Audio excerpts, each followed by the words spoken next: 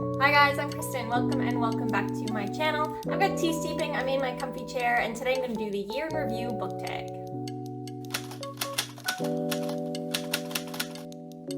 This is a newly created book tag created by Dom from the channel Dominish Books. I will link his channel and his video down below. There is actually another new book tag also called Year in Review created by Average Joe's Library, so a little bit confusing. I am actually going to be doing the questions from Dom's list from his year in review, but I will link Joe's video with his questions down below as well. Okay, we'll jump right into it. The first question is, what was your favorite book of the year? And mine, I think, will come as no surprise. It has to be The Mask of Mirrors, which I have now finally a copy of because Taylor got it for me for Christmas, by M.A. Carrick. This is the co-authors Marie Brennan and Alec Helms. I absolutely loved this book. I just recently did a reread preparing for the Liar's Knot, its sequel, which is coming out, actually came out a couple days ago. I just had such a good time reading this book. Even on the reread, it's a lot more of a fun book, even though it is dealing with like problems and issues, and there's some heavy stuff going on, and there's some political scheming. I love political scheming, but the whole time you're kind of having fun. The characters are interesting. The way that they all interact with each other is interesting. Sure, the magic systems are a lot and not super explained as of yet, but I just had such a good time learning not just about these characters, but the world that they're in, this city, the dynamics and the political mess of all of that, and I cannot wait to find out what continues to happen in the rest of this series. There are other books that I really, really loved, but I think this one is my, I would say, favorite, like a new favorite that I will come back to as a comfort read time and time again. The second question is your favorite series started this year but not finished. So there's not that many series to choose from, but I am going to go with A Chorus of Dragons by Jen Lyons for this one. I don't think that this is going to be a favorite series of all time, but I am really enjoying the ride of this series. I read the first book in January as part of the buddy read with Elliot Brooks and Jessie May's channel, and I continue to read both then the name of All Things, The Memory of Souls, and The House of Always. So the 4 books that are currently published. The next book, the 5th and final book in the series, is coming out next year. I'm not counting down the days until that book is released, but I'm pleasantly looking forward to reading it. I enjoy this series. I enjoy a lot of the characters in it. I think that parts of it are really fun, parts of it are crazy bananas, and I'm just enjoying the ride of this series, even though I absolutely do not understand everything that's happening. And there's not all parts of it are perfect. I don't think it's perfect in its execution. I'm just really enjoying it. I do have a Should You Read video for that series, which if you've heard anything about it, I mean, it is very weird, it is very different. I don't think a lot of people love this series, but if you're thinking about whether or not you should or shouldn't pick it up, check out the video that I'll link in the cards. Question number 3 is your favorite series you started this year that you finished this year, and I have to go with Live Ship Traders by Robin Hobb on that one. I loved that series. It was a lot more lighthearted than Farseer, I thought, but of course we go through some painful bits before the end of the series, but overall I just loved it. I think that it was so cool because you have this first book that you're not quite sure what's happening. There's these sea serpents that are not explained. You keep getting sea serpent chapters and you're like, what? And how does that relate to like these live ships and the pirate? How does the pirate fit in with this trader family and everything that is happening with Bingtown, the city? And then from there, it just both expands and knits together in a way that makes so much sense, but that you also couldn't grasp or predict every single thing that was going to happen. And no matter what, it always felt very satisfying, even like in the 3rd book, like when things are painful and not going the way that you want them to, it still felt like realistic and like it made sense. I just love this series. I cannot wait to continue on my reread of The Realm of the Eldrings. I cannot wait for whenever the characters from this book fit back into the other ones. I'm looking forward to it all. I really, really loved the Live Ship Trader series, even though there were problems towards the end for me.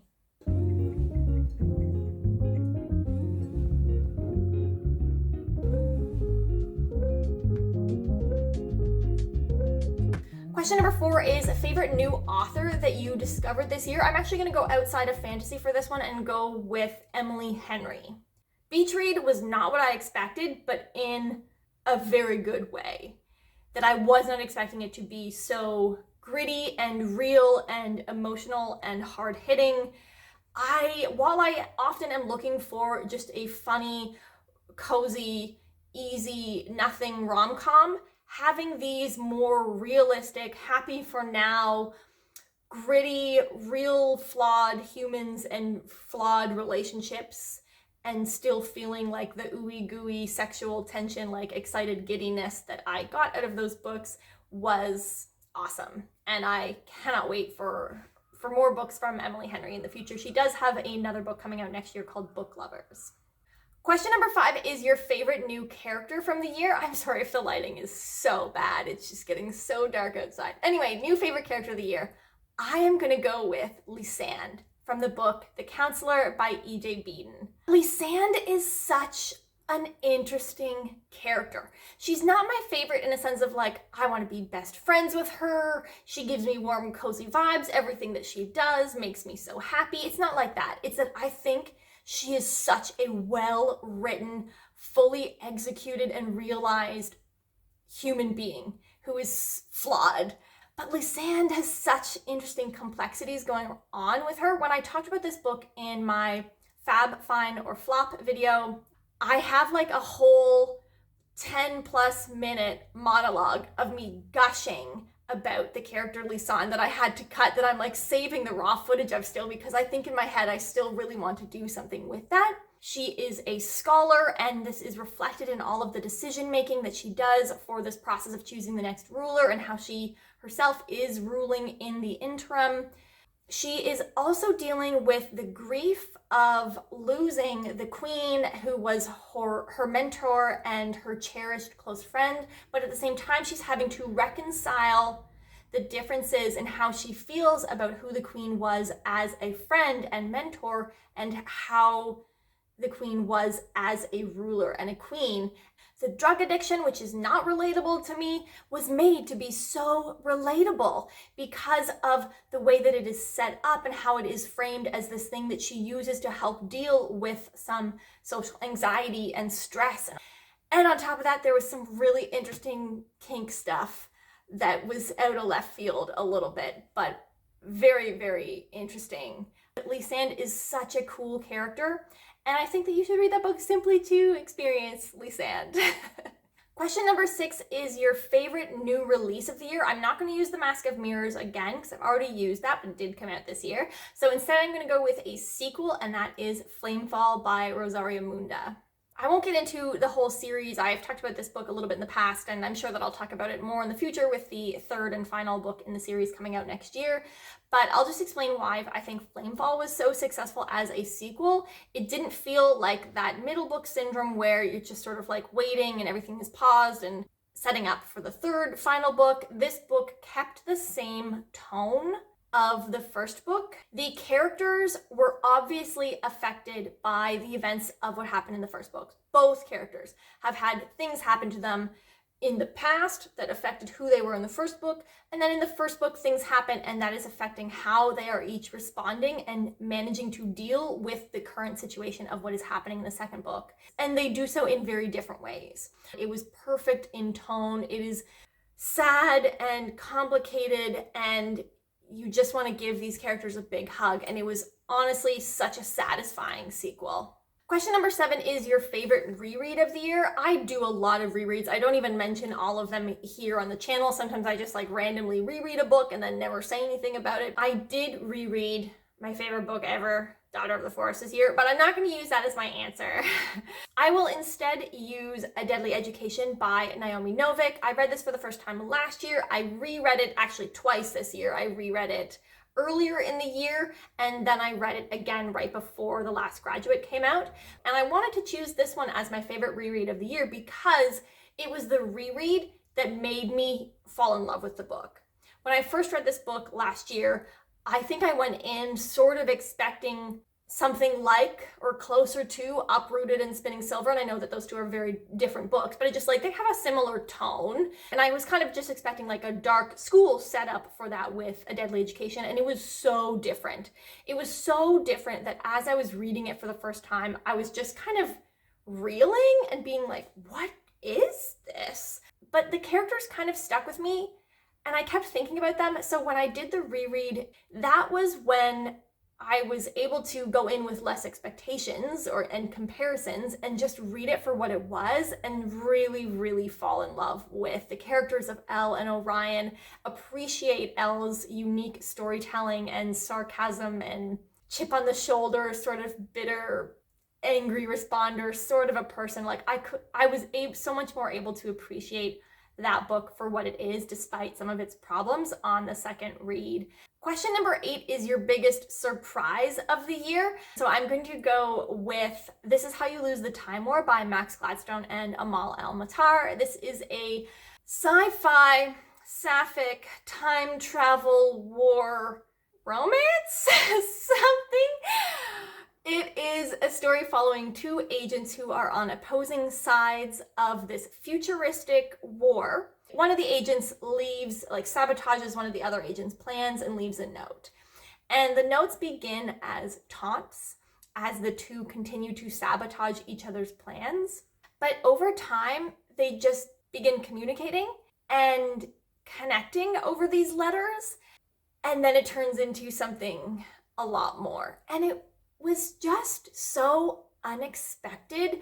I would never have picked this book up on my own. This was a recommendation from my friend Taylor, and I listened to the audiobook Unscribed, which I would highly recommend. The narrators do such a beautiful job.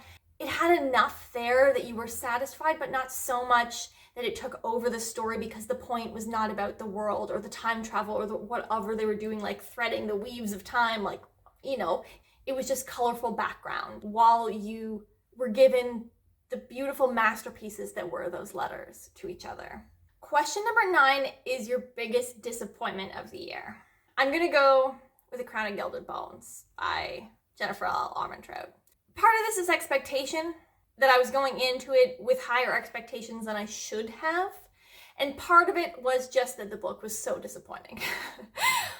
Just so disappointing. And that's not a unique view. I think a lot of people feel this way. There was something so bingeable about the first 2 books. There was angst, there was tension, and then in the second book it was all like hate, sexual tension. Did the plot always make sense? No. Did the timeline always add up? No. But they felt new to me and just bingeable. And the third book just lost all of that. There was action-packed at the beginning, while at the same time dumping in new information that you're just reeling with, and then you spend the middle 80% of the book talking about that information over and over again. This really bothered me. It's a very long book and it did not need to be. And at the same time, the sexual tension was just gone. She left it off with a huge cliffhanger to get you to try to read the next book. I probably will. To be determined, I guess. We'll see. I haven't even looked to see when that book is coming out. Question number 10 is the one book from this year that you would recommend to anyone. The House in the Cerulean Sea. It's gotta be. I can't believe I didn't read that last year when everyone else was reading it. I think it is just so easily consumable. I've talked a lot about it recently, and I think there's another video that I'm going to be recommending it in too. But I think this is a book that you could conservatively give to any person, reader or not, of any age, and they would probably be like, that was really cute. I don't think that you could have any other experience with that book. Or anything negative, more negative than that. That was adorable. I think that's the bare minimum that you will get out of that book, and everything else is a plus. Maybe it becomes someone's new favorite book. I think anyone could read that book, whether or not they read fantasy. That's my go-to across the board recommendation. For the moment, anyway. So I will wrap it up here. We're at the part, though, for me to tag some other people to do this book tag. I am going to tag a few people. I'm just going to list off a bunch of names and channels. No pressure to actually do this. And also, if I don't tag you and you would like to do this video, please do it, and then let me know, comment on this video if you do the video, hey, I did this as well, come check it out. And I will do so. Okay, so I'm going to tag Kristen from the channel Kristen Craves Books. I'm going to tag Elizabeth from the channel Reading Riley. I'm going to tag Sarah from the channel Bright and Bookish, and Maria from the channel Tea Books Magic. And I'm going to tag Val from the channel This Day and Page, Emma from the channel Books with M, and Ange from the channel Books with Ange. If you would like to do this tag or Joe's version of the tag, do either, let me know. And also check out any of the above channels. They're all small booktubers whose channels I absolutely love. If you made it this far and just want to let me know that you're here, put the sparkles emoji down below for the new year. And don't forget to like and subscribe if you like what I do here. I post videos every Monday and Thursday, and I'll see you guys next time. Have a great day. Bye.